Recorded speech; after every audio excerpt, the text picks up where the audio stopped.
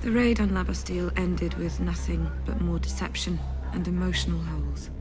Sure, Madame's rule has come to an end, but my past still eludes me.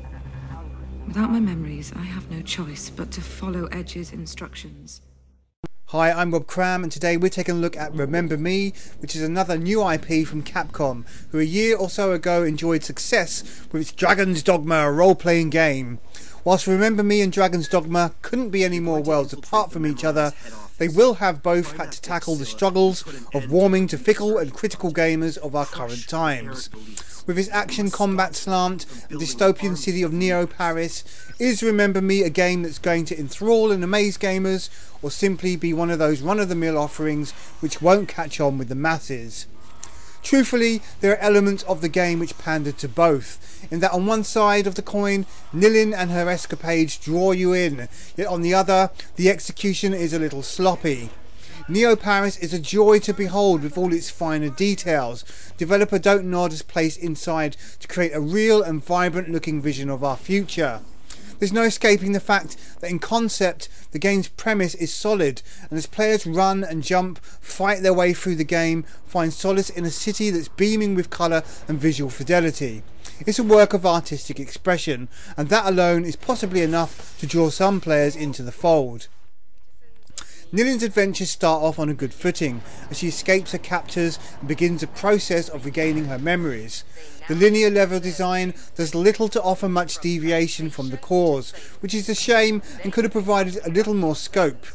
The seemingly open areas offer very little to no interactions, so although Paris streets are filled with bots and humans, Nilin can't engage at all, which seems rather unnatural. It's almost looking like a picture rather than being a part of the world. So the primary gameplay revolves around jumping, running to get from A to B. This is handled with reasonable aplomb with its fixed camera angles and speedy delivery, and yet there are problems with the animations and general responsiveness of the controls, which can make for some frustrating deaths. Luckily, the checkpoint system is extremely forgiving, somewhat negating any of fear of falling to one's demise, although you will have to sit through some loading screens.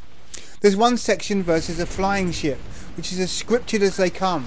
It's simply the worst design choice to include in this game. Whoever thought it was a good idea really needs to be shot.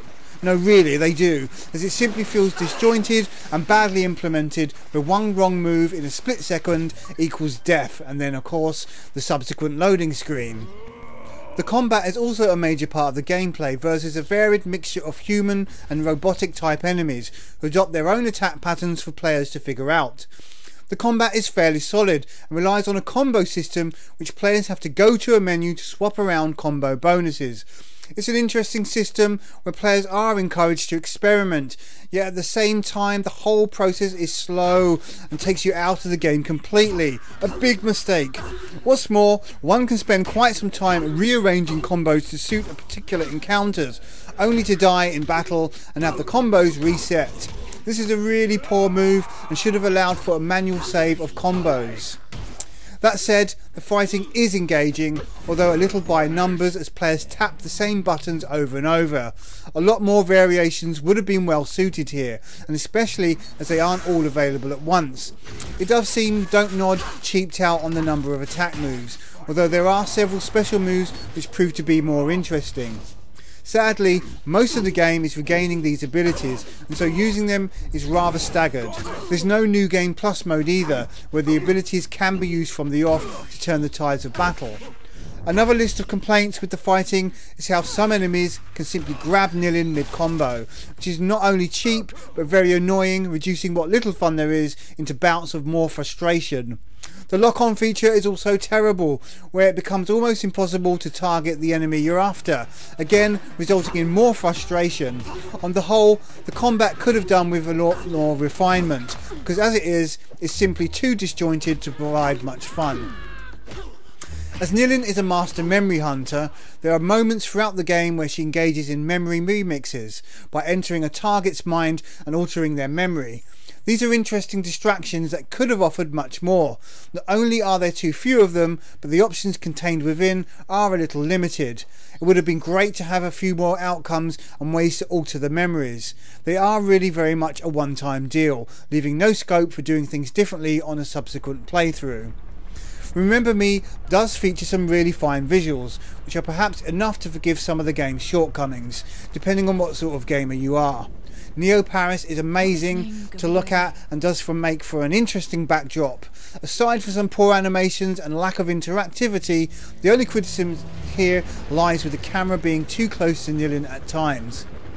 The audio fares remarkably well too, with some solid performances all round and a rousing score that fuses classical with electronic distortions which complement the futuristic design of Neo Paris. Sound effects and ambient noises are reasonable, although players move through the city with such pace it's easy to miss the small nuances scattered and hidden in the nooks and crannies. In terms of longevity, Remember Me is very much a one-time deal that will last between 6 to 8 hours, which is a shame really. There is a tougher difficulty and collectibles to find, but a real lack of exploration means that players aren't encouraged to find their own paths, which lets the replay value down considerably. Remember Me is a valiant first effort and a good introduction to what could be a cool and calculated series. However, there are simply too many areas which could have been better realised to make a more appealing game. Sure, the looks are perfect and the best part of the adventure, but the gameplay is simply lacking, even though there's some excellent ideas thrown into the pot. In this regard, Remember Me scores 7 out of 10, as there's certainly lots of headroom for improvement. Okay, I'm Rob Cram. Thanks for watching.